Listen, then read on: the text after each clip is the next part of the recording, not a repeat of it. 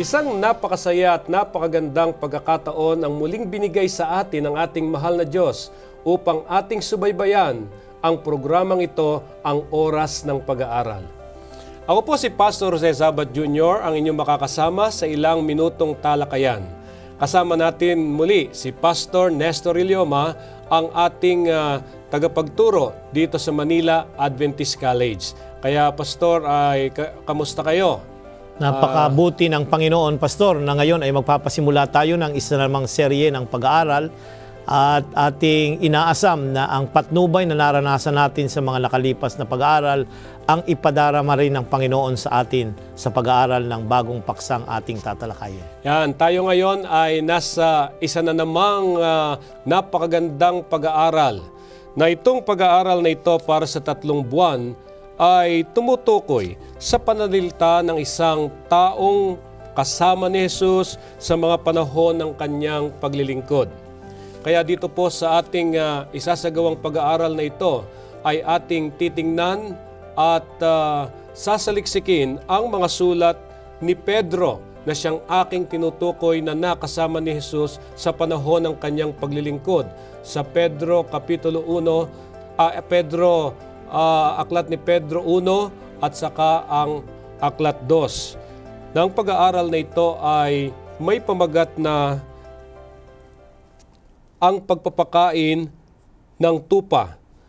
Kung bakit mahalagang subaybayan natin ang ating pag-aaral sapagkat sa mga sulat ni Pedro, makikita natin kung paano siya nagbibigay lakas at gabay sa mga kaanib ng iglesia at kahit mismo sa bilang personal na katulad natin na kung saan ay pinakikita niya kung paano tayo haharap sa mga pagsubok at dito makikita natin sa kanyang mga sulat ang mga bulaang tagapagturo na siyang maaaring magbigay ng aral na nagdudulot ng pagdududa sa pagbabalik ng ating Panginoong Hesus. At higit sa lahat, dito'y babalikan natin ang kahangahangang pag-uugali na marapat lamang sa ating mga magkakapatid sa iglesia na habang tayo naghihintay sa pagbabalik ng ating Panginoong Hesus. Mga kaibigan, ito pong 3 buwang pag-aaral na ating isasagawa. Ipapakita natin kung paanong alam ng manunulat na si Pedro ang tungkol sa Ebanghelyo na nakasentro sa banal na kasulatan. Dahil bago umakyat si Jesus doon sa langit, kanyang tagubilin kay Pedro na pakainin niya ang kanyang mga tupa. Tayo'y kabilang sa kanyang mga tupa, kaya tayo'y magsisikain. Subaybayan po natin ang pag-aaral na ito. Ngayong unang bahagi sa ating pag-aaral, ito ay may pinamagatang ang pagkatao ni Pedro. Subalit bago tayo tumunghay sa pag-aaral na ito, hilingan natin si Pastor Ilioma na magbigay ng panalangin. Tayo po ay manalangin. Minamahal naming Diyos na nasa mga langit, sa sandaling ito ng aming pag-aaral ng inyong salita, ay aming muling hinihiling ang inyong patnubay ng inyong diwang banal at ng banal na Espiritu ang siyang manguna at magbigay ng kaaliwan, kaliwanagan sa aming mga kaisipan at pangunawa upang kung magkagayon ang iyong salita ay magiging buhay at mabisang instrumento na gagabay sa bawat isang sumusubaybay ng aming programa. Pahintulutan po ninyo na ang aming pag-aaral ay magbigay luwalhati sa inyong banal na pangalan.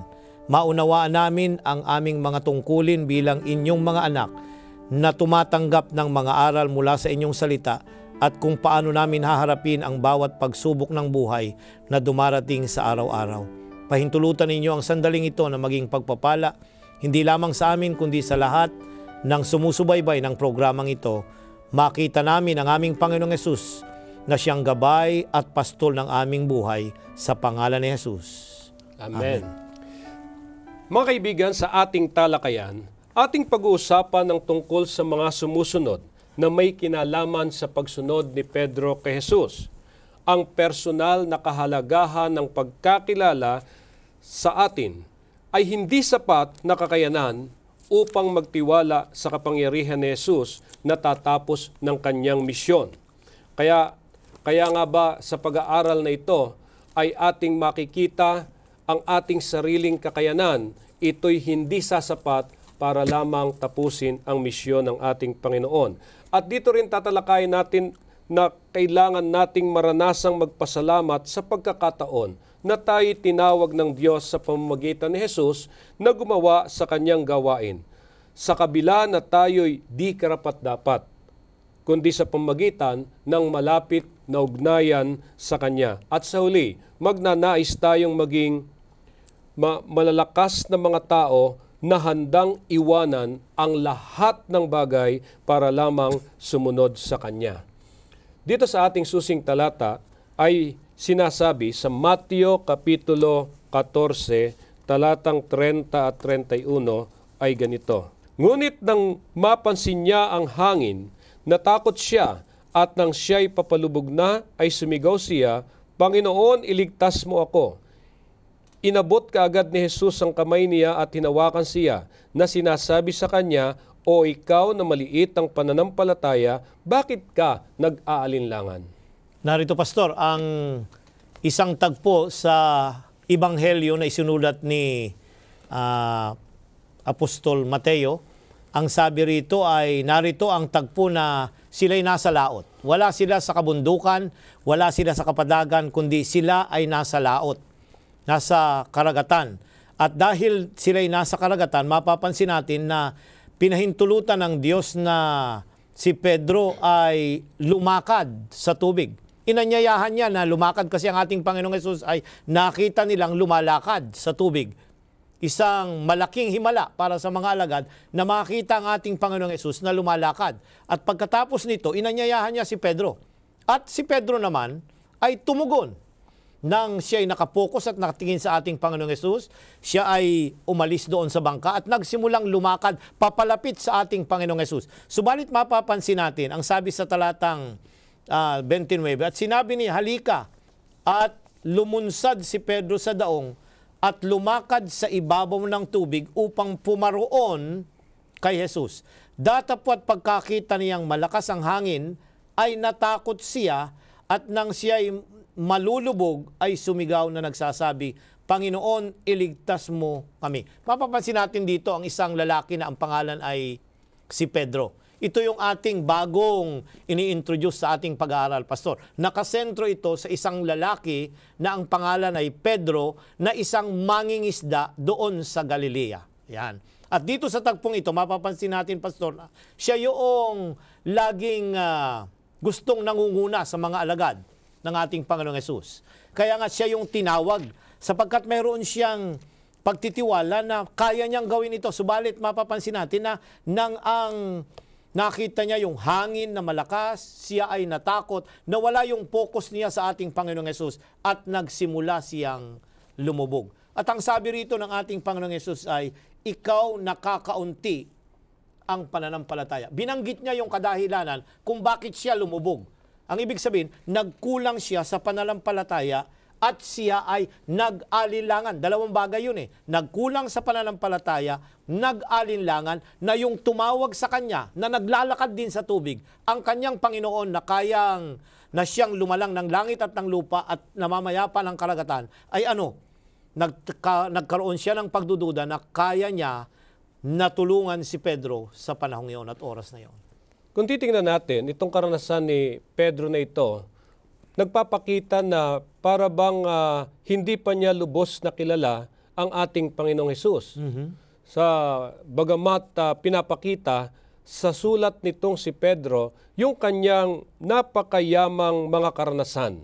Kaya nga, tingnan natin si marahil para maintindihan natin kung bakit sa pagkakataong katulad nito nagkaroon ng pag-alinlangan itong si Pedro sa sinabi ng ating Panginoong Hesus. Ayan, Pastor, gusto kong pansinin ninyo na nang isulat ni Mateo ang kanyang aklat at ang pagkasulat ni Pedro sa kanyang dalawang aklat na 1 Pedro at 2 Pedro ay merong gap. Merong panahon na in between. Ayan. Marahil ay nang isulat ang Mateo, ang Ebanghelyo ng Mateo ay katatapos pa lamang ang ating Panginoong Hesus ay umakyat na sa langit at ang batang iglesia ay nagsisimula pa lamang nang ito'y pasimulan. Subalit nang isulat na itong 1 at 2 Pedro, Pastor, ay nito'y malapit, tumatanda na si Pedro. Oo. Kaya nga mapapansin natin na mayroong ngang mayaman ng karanasan. Paari niya nang pagbalikan yung mga nangyari at nakikita niya na yung mga aral at natuto siya sa mga karanasan na kanyang naranasan. Ayan. Pansinin natin, Pastor, doon sa iyong sinasabi sa 2 Pedro 1:16. Sapagkat kami ay hindi sumunod sa mga katang-isip na ginawang may katusuhan ng aming ipaalam sa inyo ang kapangyarihan at pagdating ng ating Panginoong Hesukristo, kundi kami ay mga saksing nakakita ng kanyang kadakilaan. Ayan, Pastor, narito, sa talatang ito, sinasabi niya na siya ay isang saksi So, mayroong mayamang na nakakita karanasan. ng kanyang karangalan. Sino yung kanilang nakita? Ang ating Ating Panginoong Panginoong Hesus. Yan. Yung nagkatawang tao na Diyos. Yung berbo na sinasabi ni Juan. Yung tinatawag nilang kordero ng Diyos sa sulat ni Apostol San Juan. Yun ay nakita nila, narinig, nakita, at nahawakan. Kung sa pangungusap ni Juan sa 1 Juan. Ito yung sinasabi na nakasama nila ang ating Panginoong Hesus, narinig nila yung kanyang pagtuturo, at isa si Pedro doon sa mga lalaking iyon na nakarinig, nakakita ng kanyang paggawa ng mga kababalaghan at gumawa ng mga bagay-bagay na talagang kinamahanghaan ng mga unang mananampalataya. So nagpapakita sa mga salitang ito na si Pedro ay naging matibay ang kanyang pagiging saksi ng Panginoong Hesus mula sa kanyang mga karanasan ng kasama niya ang ating Panginoong Hesus. Oo nga. Kaya itong 1 Pedro at 2 Pedro, Pastor, hindi siya sumulat ng biography. Yan. Kasi meron nang sumulat Sila Juan, si Mateo, si Marcos. May mga sumulat na. Kaya nga, si Pedro, hindi niya na isinulat yung kailan pinanganak si Jesus. Hindi. Ang kanyang isinulat ay sang-ayon doon sa mga naranasan niya na. Kaya dito mapapansin natin yung karanasan ng iglesia, yung karanasan niya na pagbagsak at pag-angat sa pananampalataya, yun ang nakalahad dito sa dalawang maliliit na aklat na ito. So narinig natin yung background nitong pagkasulat ng mga aklat na ito na nangangahulugan talaga na napakahalagang pag-aralan natin sapagkat mayroon tayong makukuhang mga maaari nating i-apply sa ating pananampalataya. Katulad na lamang nung binabanggit na si Pedro ang unang nakakita sa bukas na libingan. Ayan. Ipinapakita doon na talagang itong pagkakasulat ng aklat na ito ay nagpapahayag na nasaksihan niya yung mga karanasan na kasama niya ang ating Panginoong Hesus. Tama yun, Pastor. Kaya nga't dapat nating maunawaan na nagsasalita siya rito first hand ang kanyang experience. Yes. Hindi ito sali lang o narinig niya lang sa iba, kundi siya mismo naroroon nung nagpakain ang Panginoong Hesus, nung siya ay pinatahimik yung malakas na unos sa dagat ng Galilea, naroroon siya. So nung kanya itong binabanggit, ay hindi siya nagkumakatha lamang ng isang kaisipan, kundi talagang ito'y naranasan niya na bahagi sa paglipas ng panahon sa kanyang pagtanda sa pananampalataya. Kaya nga, sa pagkakataong ito, siguro dapat nating kilalanin itong si Pedro bilang mismong manunulat nitong dalawang aklat na ito. Ayan, tama yun, Pastor. So kaya ang isa sa katanungan ay ano yung kauna-unahang ipinakikita ni Pedro dito sa mga kasulatan? Ayan, pansinin natin paano ipinakita si Pedro for the first time sa banal na kasulatan. Pansinin natin sa tala ni Mateo, Kapitulo 4:16, Pastor. Ito'y katatapos lamang na ang ating Panginoong Hesus ay tuksuhin sa ilang at pagkatapos nito, nagsimula na siya nung tinatawag nating Galilean ministry o yung mga paglilingkod niya sa Galilea.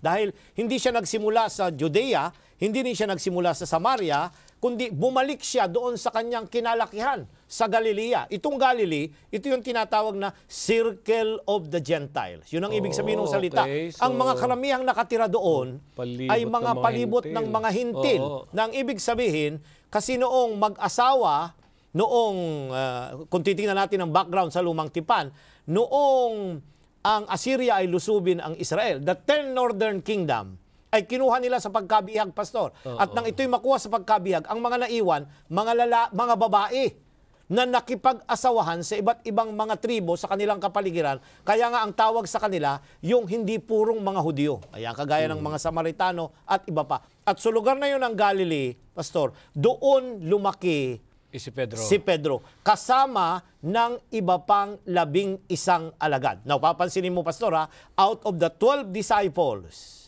11 ang galing sa Galilee. Iisa ang galing sa Keriot, Judea, ang tawag natin. Ito yung si Judas Iscariote. Kaya nga, Keriot, yun, doon siya nanggaling in Judea. The only disciple who came from the Judean territory. Yan. Samantalang the rest came from the north. Ayan. Northern itong Galilee, south yung Judea. At doon nanggaling si Pedro. Now, tunghayan natin, sa tala ni Mateo, Kapitulo 4, Pastor, ito yung unang tagpo na ang ating Panginoong Hesus nagtatawag ng kanyang mga tagasunod na magiging mga alagad. Ayan. Siguro narinig na nila tungkol sa ating Panginoong Hesus na nagtuturo, nagpapagaling, pero dito sa Mateo 4:18, Pastor, ito yung unang tagpo na nating pansinin.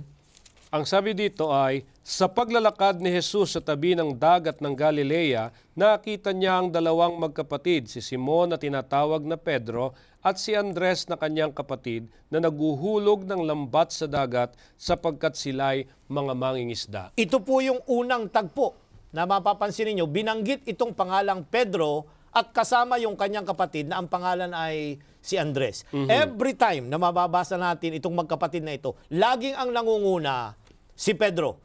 Pangalawa lamang yung kanyang kapatid. Laging supporting role yung si Andres.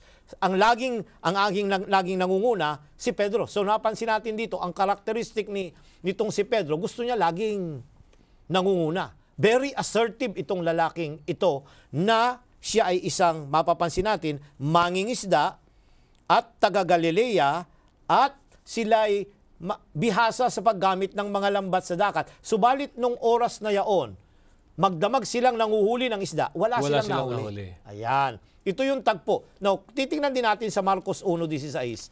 Binigyan din ito ni Marcos, bagamat si Marcos ay hindi nakakita sa ating Panginoong Hesus. Mapapansin natin. Narinig lamang. So, yung first hand, ito si Mateo. Ito namang si Marcos, yung salit-saling narinig na mga istorya, kwento, ito naman ang kanyang inilahad. Kapitulo 1, talatang 16. Sa pagdaan ni Jesus sa tabi ng dagat ng Galilea, nakita niya sina Simon at ang kanyang kapatid na si Andres na naghahagis ng lambat sa dagat sapagkat sila'y mga mangingisda. Ayan. So almost pareho yung kanilang observation. So una, pinangalanan yung magkapatid. Ikalawa, sinabi kung ano yung trabaho nila at nasaan silang dako. Nasa Galilea. Ito yung introduction na ibinibigay ng Biblia sa atin tungkol dito sa lalaking ito. Isa siyang expert na mamamalakaya. Gusto ko yan. Fisherman. Tagahuli ng isda. At hindi lang isang expert, kundi siya mismo ay lumaki sa lugar ng mga mangingisda. Ayan. So alam niya. Alam niya yung kung malaki ang buwan, kung saan ihahagis ang lambat pagka panahon na sila ay yung lakas ng hangin, kung saan side, ay bihasa siya doon. Pero sa pagkakataong ito, ay halos buong magdamag na sila'y naghuli, wala silang nahuli. So kaya yung tagpo ay napakahalaga sapagkat dumating ang ating Panginoong Hesus. Ayan. At nagsalita ang ating Panginoong Hesus at mapapansin natin, Pastor, kung babaybayin pa natin, yun sa Mateo, ay mapapansin natin na iniutos niya sila, inutusan niya sila na ihagis ang kanilang lambat sa kabilang side. Papansin mo, Pastor, bumalik tayo sa Mateo Kapitulo 4. Ayan. Talatang 19 hanggang 21. Sinabi niya sa kanila, sumunod kayo sa akin at gagawin ko kayong mga mamalakaya ng mga tao. Kaagad nilang iniwan ang kanilang mga lambat at sumunod sa kanya.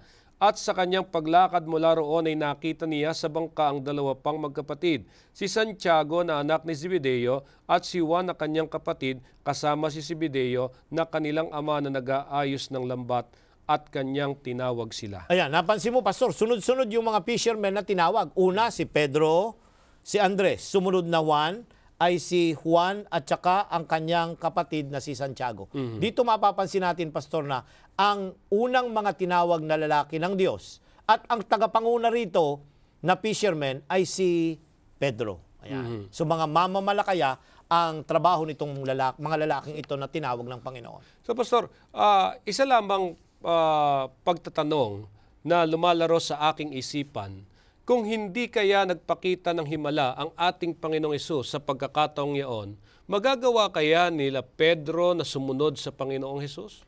Pastor, sa ating pag-aaral, mapapansin ninyo na hindi lamang ito yung unang pagkakataon na marahil ay narinig nila o nakita ang ating Panginoong Hesus, kundi mayroon pang mga nangyari na bago sila tawagin. Because after the temptation doon sa ilang, nagpunta na ang ating Panginoong Hesus at nagsimula na ng kanyang mga ministeryo, pagtuturo, teaching, preaching, and healing. Wala pa yung mga alagad, ginagawa niya na ito. Kaya naririnig niya na nangyayari ito sa kanilang kapaligiran at they were curious, kaya nga nang dumating ang Kristo, natawagin sila, they were very willing to respond sapagkat yung popularidad ng ating Panginoon was already naririnig at nakikita ng mga tao. Ibig sabihin, meron na silang malalim na pagkaunawa sa ating Panginoong Hesus. So kaya nabanggit po kanina ni Pastor Rillioma kung ano ang sinasabi ni Mateo at ni Marcos tungkol kay Pedro. Tingnan naman natin, Pastor, ano ba naman ang sinasabi ni San Lucas? Tatlo na yan, gospel writer natin. Dito sa Lucas Kapitulo 5, Pastor, ang talata ay 1 hanggang 11.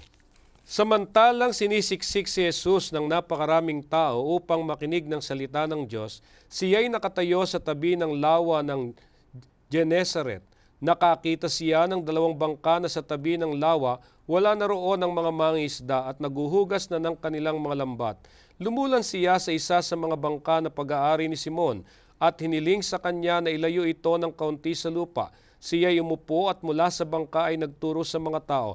Nang matapos na siya sa pagsasalitay, sinabi niya kay Simon, pumunta ka sa malalim at ihulog ninyo ang inyong mga lambat upang makahuli. Sumagot si Simon, Guro, sa buong magdamag ay nagpagod kami at wala kaming nahuli. Subalit dahil sa iyong salita ay ihuhulog ko ang mga lambat.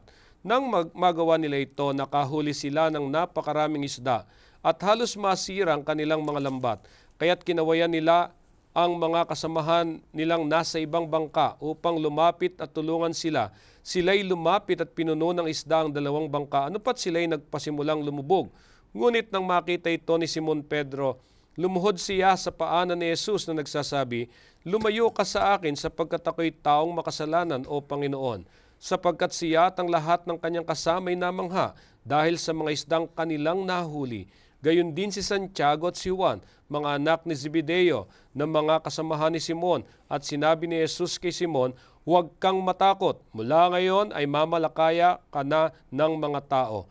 Nang maitabi na nila sa lupa ang kanilang mga bangka, ay iniwan nila ang lahat at sumunod sa Kanya. Narito, Pastor, maganda yung tagpo ng Kapitulo 5 ng Lucas sapagkat dito ipinakita na yung kadahilanan kung bakit sumunod na sila sa Panginoon. Pagkatapos ng magdamag na panghuhuli ng isda, wala silang nahuli. Pero nung umagang yun, dumating ang ating Panginoong Hesus, mapapansin ninyo, at pinili niya ang sumakay, isa sa mga daong na pag-aari ni Pedro. Kasi magtuturo ang ating Panginoong Hesus. Yun ang ginamit niyang parang lecture table niya, yung bangka. Papansin mo, inusog ng kaunti, at yung mga tao naroon sa pangpang, at yung lakas ng hangin, sinasabayan yung boses ng ating Panginoong Hesus. Kaya mga nasa pangpang, rinig ng mga naroon yung kanyang mga sinasabing mga pagtuturo. At inutusan niya sila, mapapansin ninyo, na ihulog ang kanilang mga lambat. At mapapansin natin, napakarami ng kanilang nahuli. Now, ang punto ritong nais nating pansinin, ang ating Panginoong Hesus ay isang karpintero. Ayan.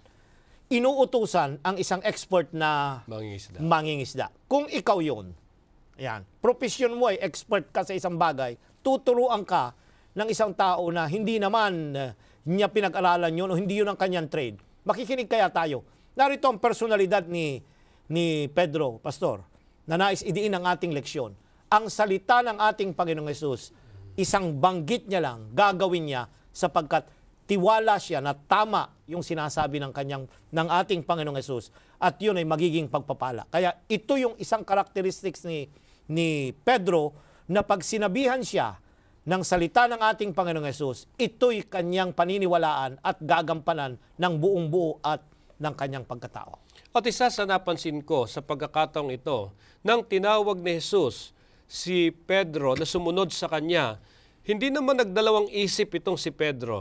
Karakarakay sumunod sa kanya at hindi mo nakita na naghahanap siya ng magiging kapalit sa kanyang pagsunod sa ating Panginoong Hesus. Wala, Pastor. Bagamat ang kapalit nito ay yung maraming mga huli, pero mapapansin ninyo, iniwan nila ang lahat ng mga ito at sumunod sa Panginoon. Ayan. Iniwan, pati yung kanilang mga sambahayan, iniwan nila. Hindi ibig sabing pinorsake nila, kundi pagkatapos ng maraming huli, edi may naiwan nga naman na ibebenta sa kanilang pamilya. Kaya may time sila na sumama sa Panginoon.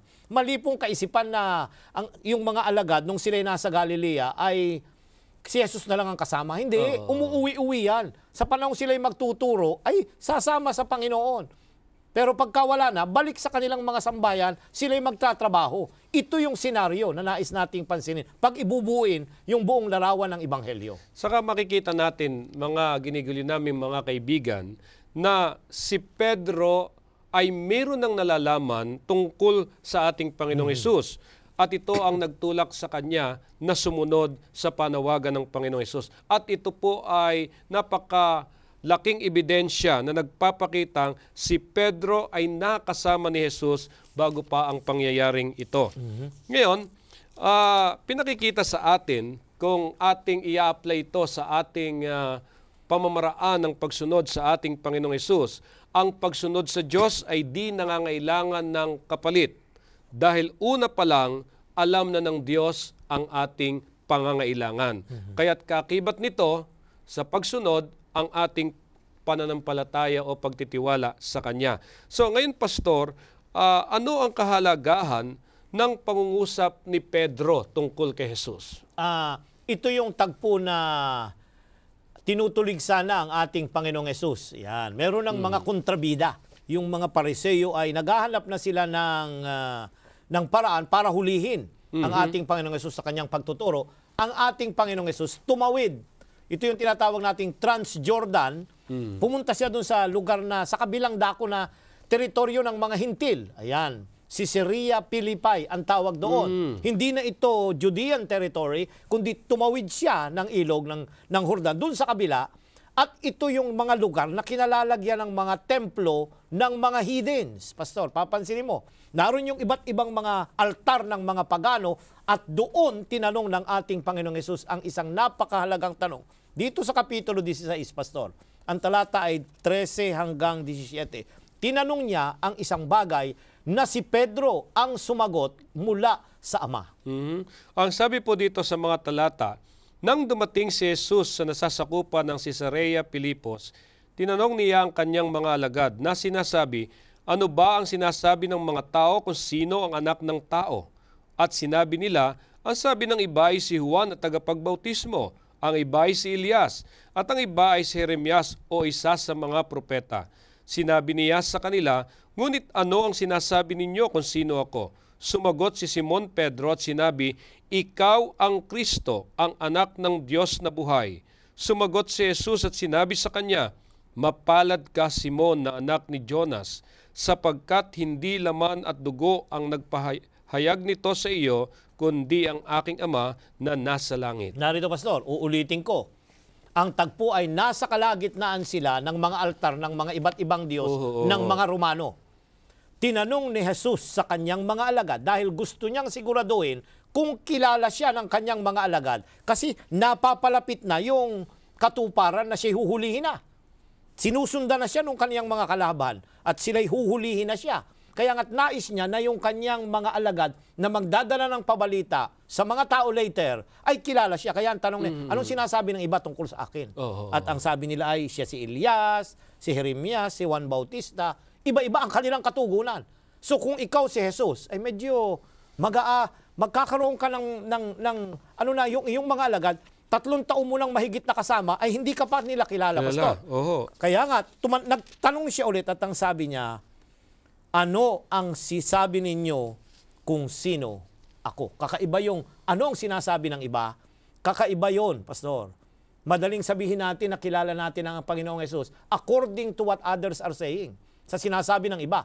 Pero ang tinatanong, ano ang pagkakilala? At si Pedro ang sumagot noon, ang sabi niya, ikaw ang Kristo, ang anak ng Diyos na buhay. Marahil para sa atin, ay hindi masyadong mahalaga yun. Ginamit niya yung salitang Kristo in Griego na equivalent nung salitang ikaw ang Mesiyas sa lumang tipan. Yung ipinangakong tagapagligtas na divine. Ayan, the divine nature sa aklat ng Daniel ay divine ang kanyang likas. Nitong Messiah doon sa kapitulo 9 ng Daniel, ito'y alam ng mga Hudyo na yung darating na tagapagligtas is divine in nature at siya yung anak ng Diyos na buhay. Ito yung sinabi niya na ipinahayag niya na galing sa Ama, na naintindihan ni Pedro from the very start. So, dito, nanigurado na ang ating Panginoong Hesus. Kilala ako ni Pedro. Kilala na ako at maipapakilala niya ako sa iba na kasama niya sapagkat binaybay niya na ako yung katuparan ng sinasabi ng mga kasulatan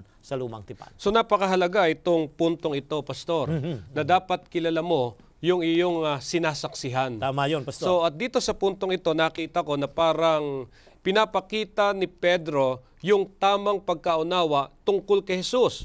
Na si Jesus, hindi lang basta tao na isang karpintero na namuhay sa Galilea, kundi si Jesus ay isa ring Diyos. At ang Diyos na ito ang siyang magliligtas sa sangkatauhan. Tama yun, Pastor. So very basic yun. Yung Kristong sinasabi niya rito. Kasi kung minsan, hindi po pangalan yung Kristo rito. Ito'y isang titulo ng darating na tagapagligtas. Siya yung Messiah in the Old Testament sa Hebreo, Kristo sa bagong tipan. Iisang ibig sabihin, pinahiran. At sa ating pagtungo sa third lesson natin, didiscusin natin yung sino ba yung pinahiran. Siya ay isang hari, isang propeta, at isang ano pa ang ginagawa. Tatlo yung pinapahiran sa lumang tipan. A king, a priest, and a prophet. Yun ang role ng ating Panginoon. The anointed one. Yun ang ibig sabihin. Pinapahiran na tagapagligtas na siya lamang ang tanging daan para tayo maging matuwid sa harapan ng Diyos. At isa sa bagay na napakahalaga bilang mga kaanib ng iglesia, yung nauunawaan natin kung sino yung pinaglilingkuran natin. Kilala natin ang ating Panginoong Hesus, hindi bilang isa lamang Panginoon na darating, kundi siya isang Diyos at siyang ating tagapagligtas. At sa puntong ito, pinapakita sa atin na itong si Pedro ay mayroong tamang pagkaunawa tungkol kay Hesus at sa kanyang misyon. Ayan. Pero papansinin natin, Pastor, dito, nung tanungin siya, malinaw yung kanyang tagot. Pero, ang pagkaunawa niya rito sa Mesiyas, nagkaroon ng ibang shade. Ayan. Dahil dito ay suffering Messiah ito. Ang kanyang ini-expect is a kingly Messiah. Yan. So, meron siyang conception na kakaiba. Kaya nga dito sa talata na babanggitin natin sa Kapitulo 16, Pastor, ay bakit hindi maintindihan ni Pedro na kinakailangang magdusa ang darating na tagapagligtas.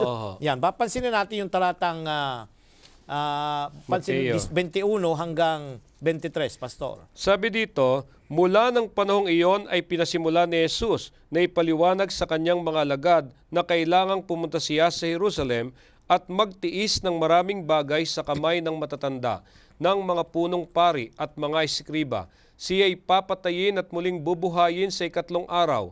At inilayo niya siya ni Pedro at sinimulang pigilan siya sa sinasabi, huwag nawang itulot ng Diyos Panginoon, hindi kailanman mangyayari ito sa iyo.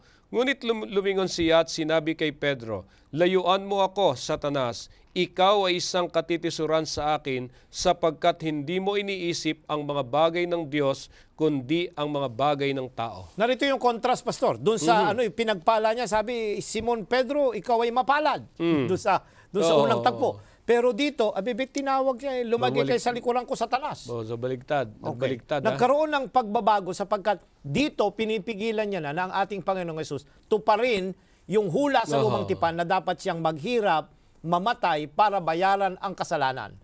Nagpagamit siya sa kaaway na hindi dapat matuloy yung sakripisyo doon sa krus na dapat gampanan ng Mesiyas. Kaya nga ang sabi ng Panginoon, huwag, Pedro, ikaw ay ipinanalangin ko sapagkat ikaw ay nililiglig ng kaaway. Ayan, napakaganda, no? nang dito ay pigilan ni Pedro ang ating Panginoong Hesus na hindi niya gampanan yung nakatakdang dapat niyang gampanan, Pastor, siya ay tuniligsa ng ating Panginoong Hesus. Oh. Bakit ba napakahirap maunawaan kaya ni Pedro yung konsepto na si Jesus ay magdurusa? Ayan, kasi nga yung concept na ine-expect nila, Pastor, yung Messiah is kingly. Oh, okay. Ayan, hindi suffering. Ito yung nabago na kaisipan pagdating natin dito sa yung mga concept na ibinigay dahil yung mga nakikita nilang mga hari ay kingly. At ito yung naging hadlang sa kaisipan ni Pedro na bakit magdurusa ang isang hari na darating. Habang ating pinag-aaral itong buhay ni Pedro, lalo nating nakikita na mayroon pa palang mga bagay na dapat matutunan itong si Pedro.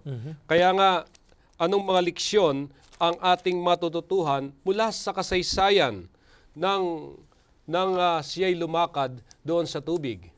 Ayan, Pastor, sa Kapitulo 14, ang talata ay 22 hanggang 33, ay ating baybayin ang nangyari dito at atin ang idadirect yung kwento dito sa Mateo Kapitulo 14. Pansinin natin, Pastor.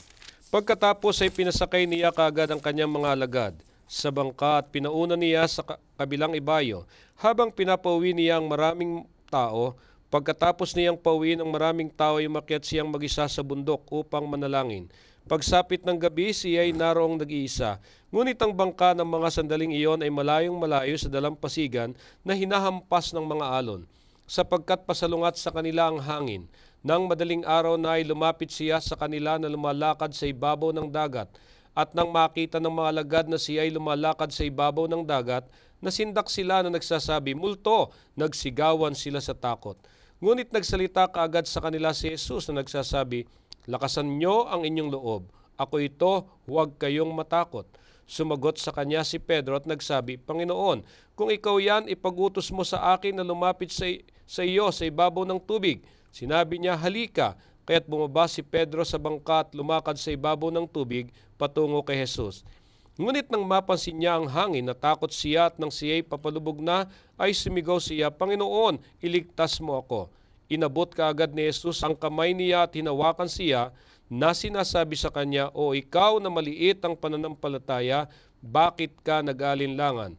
Nang makasakay na sila sa bangka ay huminto ng hangin. Sinamba siya ng mga nasa bangka at nagsasabi, "Tunay na ikaw ang anak ng Diyos." Ayan, Pastor, narito na naman yung tagpo sa pasimula, yung susing talata natin na si Pedro ay nangailangang matuto ng ilang mga bagay. Ayan, may mga ilang bagay na kinakailangan niyang matutunan, mga leksyong dapat niyang matutunan. Unang-una sa lahat ay ang magtiwala ng lubusan sa Panginoon. Ayan. Ikalawa, ay si Pedro ay believe din sa sarili. Ayan. May mga taong believe sa sarili dahil may kakayanan siya. Palagay ko si Pedro hindi lang palagay, kundi magaling na manlalangoy. Kasi fisherman siya. Sa panahon na mayroong mga panganib na kagaya nito, ay kaya marahil languyin yung hanggang pangpang ng mga panahong iyon. Pero dahil sa kanyang pagtitiwala, siya ay nagkaroon ng pag-aalinlangan. Ayan. At ito'y mahalagang leksyon na dapat nating pansinin, Pastor, na pag tayo'y nag-alinlangan sa katapatan ng Diyos sa ating buhay at paano niya tayo iingatan at ililigtas, yung ating pananampalataya ay sinusubok sa ganong mga panahon, kagaya ng mga alagad nang dumating ang unos na ito doon sa Galilea. Alam niyo, Pastor, kapag ikaw ay maraming kaalaman, hindi mawawala na magkaroon ka ng malakas na tiwala sa iyong sarili. So, subalit, dapat nating isipin, ang lubos na pagtitiwala sa ating sarili, siya ring nagpapabagsak sa atin. O yun, kasi mas maganda pa yung tao na lubos na tinatanggap na wala siyang makakaya dahil magagamit siya ng Panginoon ng lubusan. Pero yung tao na meron siyang kakayanan ay kung minsan ay nagtitiwala siya dun sa kakayanan niyan bago siya magtiwala ng lubusan sa Diyos. Yeah. So ang isa sa katanungan ko ay ano yung dapat nating gawin para mawala yung sobrang tiwala natin sa ating sarili? Papansinin natin, Pastor, na kagaya ni Pedro dito ay para mawala yung kanyang sobrang tiwala sa sarili, pinahintulutan ng Diyos na siya ay lumubog. Kung titingnan natin sa atin, yung paglubog dito ay marahil ay magkamali yan, sa ating mga kapasyahan. O yung ating mga desisyon ay may pumapalpak paminsan-minsan. Bakit? Ay hindi natin sinangguni ang ating Panginoong Hesus. Kaya nga, dapat lubusan tayong magtiwala sa Diyos. Kaya pinahihintulutan niyang may mga dumating sa ating mga kahirapan, trahedya, maling mga pagpapasya para makilala natin na dapat tayong magtiwala sa Kanya ng lubusan. At sa puntong ito, napansin ko na ito yung panawagan kay Pedro sa pagpapakumbaba. At alam po ba ninyo na ang panawagan sa pagpapakumbaba ay siya ring panawagan sa pagtatapat. Kaya yung dalawang yon hindi pwedeng magkahiwalay. Yan. Kaya mentras na tayo nagtitiwala sa Diyos, nababawasan yung tiwala natin sa ating sarili. Kaya ngayon, mapapansin natin na napakaraming mga bagay na matututunan natin dito sa buhay ni Pedro kasama ng kanyang paglilingkod sa ating Panginoong Hesus, kasama ng kanyang pagkakilala sa ating Panginoong Hesus. Paano ang pag-aalinlangan, Pastor, ay nakakaapekto sa ating pananampalataya sa Panginoong Hesus? Ayan, sa Kapitulo 14, talatang 31, maaaring pakibasa mong muli, Pastor. Dahil ang nangusap dito ay ang ating Panginoong Hesus. At ito ay diretsahang sinabi niya na pagsaway o pagsansala kay Pedro. Ayan. Talatang 31.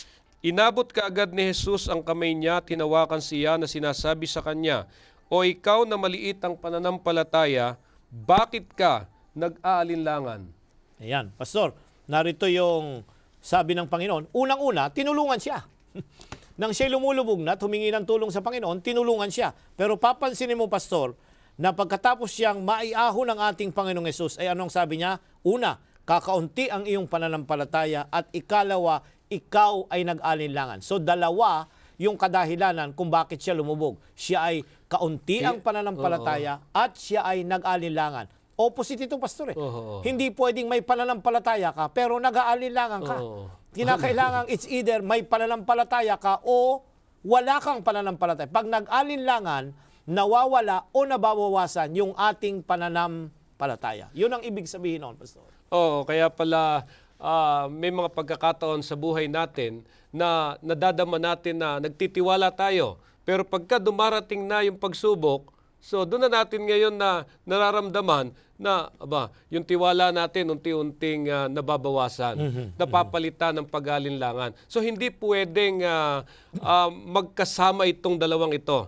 Kinakailangan na kung meron kang pagtitiwala, wala ka ng pag-alinlangan. Dito mapapansin natin na nang siya ay mag-alinlangan, nabawasan yung kanyang pananampalataya. Yun ang sinasabi ng ating Panginoon. Kaya magtiwala ka ng lubusan para mawala ang iyong pag-aalinlangan. So isa na namang tagpo ito.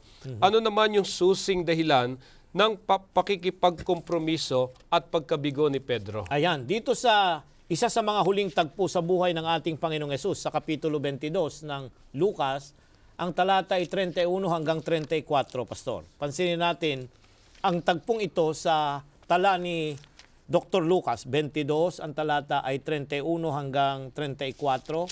Simon, Simon, narito hiningi ni Satanas, naligligin kayo gaya ng trigo, subalit ako ay nananalangin para sa iyo upang ang iyong pananampalataya ay huwag mawala. Kung makabalik ka ng muli, ay palakasin mo ang iyong mga kapatid. At sinabi niya sa kanya, Panginoon, handa akong sumama sa iyo sa bilangguan at sa kamatayan. Sinabi ni Jesus, sinasabi ko sa iyo, Pedro, ang manok ay hindi titilawak sa araw na ito hanggang hindi mo ako na ipagkakaila ng 3 ulit. Ayan, Pastor, pansinin mo rito. Ituloy natin yung concept na masyado siyang tiwala sa kanyang sarili. Iiwan ka lang lahat, maiiwan ako. Ako lang ang tatayo para sa iyo. Which is, kung papansinin mo, Pastor, dito sa tagpo sa halamanan ng Getsemani, talaga namang totoo. Dahil nung umalis na yung mga alagad at nagtagpuhan, si Pedro lang ang tumayo sa Panginoon. Kanyang binunot yung kanyang tabak at kinabak yung alalay ng saserdote na si Malchus at natanggal ang kanyang tainga. Siya ang naroroon na ipinagtanggol ang ating. Ito yung kanyang iniisip na paraan na tatayo siya hanggang sa Panginoon. Pero ang sabi doon ng ating Panginoong Hesus ay niliglig ka ng Satanas at ikaw ay nais niyang gaya ng isang trigo. So dito mapapansin natin, Pastor, na sinubok si Pedro rito at siya ay nag-compromise. Saan siya? Nung dumating na yung punto na makilala na siya. Kung pupunta tayo doon sa 54 hanggang 62, Pastor, talatang 54 hanggang 62. 62. At kanilang dinakip siya, inilayo at dinala sa bahay ng pinakapinunong pare. Si Pedro'y sumunod mula sa malayo, at nang makapagninga sila ng apoy sa gitna ng patio at makaupong magkakasama, si Pedro'y nakiupong kasama nila. Samantalang siya'y nakaupo sa liwanag ng apoy, nakita siya na isang alilang babae, tumitig sa kanya at nagsabi, ang taong ito'y kasama rin niya. Subalit tinitanggi niya ito at sinabi, babae, hindi ko siya nakikilala. Pagkaraan ng isang sandali ay nakita siya ng isa pa at sinabi, ikaw ay isa rin sa kanila. Subalit sinabi ni Pedro, Ginoo, hindi ako. Nang makaraan ng may isang oras, may isa pa na nagpipilit na nagsasabi, tiyak na ang taong ito'y kasama rin niya sapagkat siya'y taga Galilea. Subalit sinabi ni Pedro, Ginoo, hindi ko nalalaman ang sinasabi mo, at kaagad samantalang siya'y nagsasalita pa, tumilaok ang isang manok. Yan, Pastor, mapapansin mo, yung sinabi ng ating Panginoong Hesus, nangyari, naganap dito. Okay. Alam ng Panginoon kung ano ang mangyayari kay Pedro, pero si Pedro, hindi niya alam na ito'y mangyayari. Yan. Kaya dito tumangis si Pedro. Bakit? Alam ng Panginoon kung ano yung nasa puso natin at ano yung mangyayari sa darating na mga oras, lalong-lalo na kung mawalan tayo ng pagtitiwala sa Kanya. Yeah, dito nakita natin ang magiging resulta ng pakikipagkompromiso. Alam niyo bilang mga mamamayan, kailangang matutunan natin ang mga bagay na hindi maaaring ikompromiso sa anumang pangyayari. So may tatlo na hong lesson, Pastor, na nakikita tayo sa pag-aaral na ito. Yung una, kapag sumunod ka sa ating Panginoong Hesus, hindi ka magnanais ng kapalit. Ikalawa, ang pagsunod sa Panginoong Hesus ay nangangailangan ng pagpapakumbaba at pagtitiwala sa Kanya. At ikatlo, kinakailangang matutunan ang pakikipagkompromiso sa anumang pangyayari. So ngayon, paano natin matututunan naman ang pagpapatawad dun sa mga nakasakit sa atin? Ang karanasan ni Pedro dito sa tala ni Lucas, Pastor, ay mapapansin natin na dumating ang mga pagsubok sa kanyang pananampalataya. At ang ating Panginoong Hesus ay si lalaang magpatawad sa kanya. Dito sa Roma Kapitulo 5, talatang 20, Pastor. Gusto ko yung talata dito isinulat ni Pablo tungkol sa katanungan na paano niya natutunan na magpatawad sa pagkakamali ni Pedro. Subalit dumating ang kautusan na nagbunga ng pagdami ng pagsuway. Ngunit kung saan marami ang kasalanan, ay lalong dumarami ang biyaya. Ayun, narito, Pastor. Yan. Nung siya'y maraming mga pagkakamaling nagagawa. Si Pedro ay isa sa mga lalaki na tinawag ng Diyos. Pero kung babaybayin ninyo, marami siyang maling mga pagpapasya at ginawa nung kasama pa niya ang Panginoon. Subalit, ano ang naging kapalit nito? Yung biyaya ng Diyos na siya'y patawarin. Ayan. Ito yung hindi makakalimutan ni Pedro kasi ang pinag-aaral natin sa unang leksyon, Pastor, ay si Pedro na isang tao na naglingkod sa ating Panginoong Hesus. Siya isang makasalanan. Dito makikita natin yung pagbangon at pagbagsak sa kanyang mga pagkakamali at mga pagdesisyon. Subalit, sapat ang biyaya ng Diyos sa sulat ni Apostol Pablo na na magpatawad sa kanya, magbigay ng isa pang pagkakataon para magpasimula ng panibago na maglingkod sa kanya at pakanin ang kanyang iglesia. Amen. Alam niyo kapag pinag-uusapan itong tagpong ito sa pangyayari na malapit na mamatay ang ating Panginoon Hesus na ipagkanulo ni Pedro, ay pumapasok din dito yung pagkakanulo na ginawa ni Judas. Na kung saan nakita natin na si Judas, iba yung kanyang naging paraan ng pagsisisi. Sa halip na magpakumbaba at magsisi sa kanyang mga kasalanan, pero iba yung kanyang ginawang paraan. Ayan. Remorse yun ang tawag natin. Ito, repentance. Ayan. Nagkaroon siya ng U-turn na mali yung kanyang tinatahak at nakilala niya ang kanyang pagkakamali. Sa biyaya ng Diyos, bumalik siya para pasimulan ang isang bagong relasyon ng paglilingkod sa Panginoon. At ito yung isang paraan na dapat nating matutuhan. Kahit na may mga taong nakasakit sa atin, maaari nating mapatawad sapagkat tayo rin ay pinatawad ng ating Panginoong Hesus. Ngayon, talagang napakaganda itong ating aralin at napakaraming issue na tayong pag-usapan. Subalit nais ko pong itanong kung ano pa yung ibang mga papel ni Pedro sa pangunguna ng iglesia. Ayan, Pastor, babaybayin na natin dahil ang ating oras ay maikli na. Sa aklat ng mga gawa, Pastor, mapapansin mo na ang unang 12 kapitulo, si Pedro ang tagapanguna ng unang iglesia. Sa kapitulo 13 hanggang sa huling kapitulo ng mga gawa, si Pablo na ang tagapanguna ng iglesia. Yan, mapapansin ninyo, unang-una yung pagpili ng kapalit ni Judas. Opo. Ang nanguna dyan ay sino? Si Pedro. Yan, papansin natin, Pastor. At marami pang mga nangyari na dito sa pagpili nila ng mga diakono. Yan. Si Pedro din ang naroroon na nangunguna. At iba pang mga, yung organisasyon ng iglesia, si Pedro ang ginamit sa leadership. Yan. Hindi, ayaw nating idiin yung punto na siya yung unang papa. Hindi yun ang ating emphasis dito, ha? Kundi ang ating emphasis ay ginamit niya yung abilidad niya at karanasan na nakasama ng ating Panginoong Hesus para ang bagong iglesia o yung bata pang iglesia ay magpatuloy na lumago sa magitan ng kanilang pagkakaisa at sa leadership na kanyang ipinakikita. So ibig sabihin, naging mayaman ang karanasan nitong si Pedro, hindi lamang sa nakasama niya ang ating Panginoong Hesus, kundi maging sa kasaysayan kung paano niya pinangasiwaan ang ating iglesia. So, kung kayo tatanungin ko, ano ang dapat pang itama sa mga pag-uugali ni Pedro? Sa Kapitulo 2 ng Galacia, Pastor, banggitin natin dahil ito ay binanggit ni Pablo mismo dito sa Galacia 2:14 hanggang 16. Ngunit nang makita ko na hindi sila lumalakad ng matuwid sa katotohanan ng Ebanghelyo, sinabi ko kay Cephas sa harapan nilang lahat, ikaw na Hudyo ay namumuhay gaya ng mga Hintil at di gaya ng mga Hudyo. Bakit mo pinipilit ang mga Hintil na mamuhay na gaya ng mga Hudyo? Tayo mismo'y pinanganak ng mga Hudyo at hindi mga Hintil na mga makasalanan. At nalalaman natin na ang tao hindi naaring ganap sa pamagitan ng mga gawa ng kautusan, ngunit sa pamagitan ng pananampalataya kay Hesukristo. At tayo sumasampalataya kay Kristo Jesus upang ariing ganap sa pamagitan ng pananampalataya kay Kristo at hindi sa pamamagitan ng mga gawa ng kautusan, sapagkat sa pamamagitan ng mga gawa ng kautusan ay hindi ariing ganap ang sinumang Ayan, laman. marahil ay sasabihin ng ating mga taga-subaybay, ano ang emphasis natin dito? Si Pedro, isang Hudyo.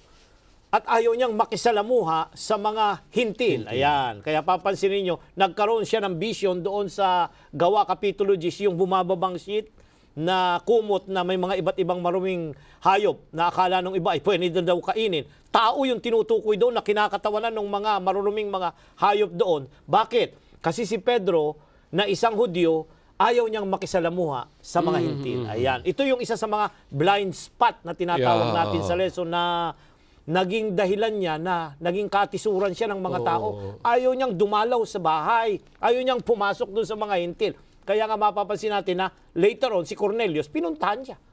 At sinabi niya, pumunta ka sa amin, inaanyayahan ka lang aming boss, sabi ng mga alagad niya. Now, papansinin natin dito, si Pedro, Pastor, ay meron talagang mga punto na kung minsan nagiging dahilan para yung pangangaral ng Ebanghelyo ay mahampered ng mga panahon yun. At hindi rin naman natin masasabi na tayo ay wala din ganong mga kahinaan. Katunayan, meron din tayong mga blind spot sa ating pamamaraan ng pamumuhay o di kaya ng pangangasiwa sa ating mga pinangangasiwaan. Kaya nga, isang napakagandang bagay na matutunan natin yung ibang mga aral mula dito sa ating pinag-aaralan. Pero ang tanong ko ay, paano natin matututunan yon na hindi magiging mahirap ng tulad ng kay Pedro? Pastor, napakaganda. Isinulat ang karanasan ni Pedro at ating pinag-aralan ngayong linggo yung kanyang pagkatao para wag na nating ulitin pa yung ganong mga kamalian. Mayroon na tayong mga gabay. Ang sulat, ang banal na kasulatan ay enough. Marami ng mga lalaki at babae rito na may mga pagkakamali, may mga pagtatagumpay na pwede nating kapulutan ng aral at dapat nating panandaliang tanggapin ito sa ating paglilingkod. Napakayaman sa background itong ating pag-aaral na kung saan ay matuklasan natin ang pagkatao nitong si Pedro. Ganun pa man ay atin pong nakita at natutunan mula sa mga naisaysay sa atin na ang pagsunod sa ating Panginoong Hesus nangangailangan ng walang kapalit. Ang pagsunod sa ating Panginoong Hesus ay paraan na kung saan ay huwag tayong magtiwala sa ating sarili, kundi magtiwala tayo sa Kanya na may pagpapakumbaba at ng mayroong katapatan. Ang pagsunod sa Panginoong Hesus ay hindi nangangailangang makipagkompromiso sa lahat ng mga maaaring maging balakid para maisakripisyo ang pananampalataya. At ang pagsunod sa Panginoong Hesus, nangangailangan ito ng pakikisalamuha sa iba't ibang uri ng mga tao. Napakaganda nitong ating pinag-aaralan, kaya lang kulang tayo sa panahon. Kundi dito ay makikita po natin na itong si Pedro ay naging isang matagumpay, ginamit na tagapangasiwa sa ating iglesia bilang mula sa isang pagiging mangingisda na naging professional na mamamalakaya ng mga tao. Kulang tayo sa panahon para atin pang palawigin ang pag-aaral, kung kaya nga sana'y may mga bagay na natutunan tayo mula sa pag-aaral na ito. Tayo po'y manalangin. Dakila naming Diyos, maraming salamat sa kabutihan ninyo sa amin. Itinuro ninyo ang buhay ni Pedro, na sa pamamagitan ito na ilalarawan namin ang aming mga sarili na nangangailangan kami ng lalong kapangyarihan mula sa inyo upang lubusan naming makilala ang Panginoong Hesus at ang Kanyang misyon. Sana po, Panginoon, ma-apply namin ang magagandang mga aral na natutunan namin mula sa leksyong ito na siyang magpapatibay ng aming pananalig habang hinihintay ang pagparito ng Panginoong Hesus. Ito po ang aming dalangin sa pangalan ni Hesus. Amen. Muli po mga ginigiliw, maraming salamat sa inyong patuloy na pagsubaybay. Ako po si Pastor Cesabat Jr. at si Pastor Nestor Ilioma ay nagsasabing sana'y huwag kayong bibitiw. Magkasama-sama tayong muli sa susunod na serye, Sumagana Nawa ang inyong pamumuhay.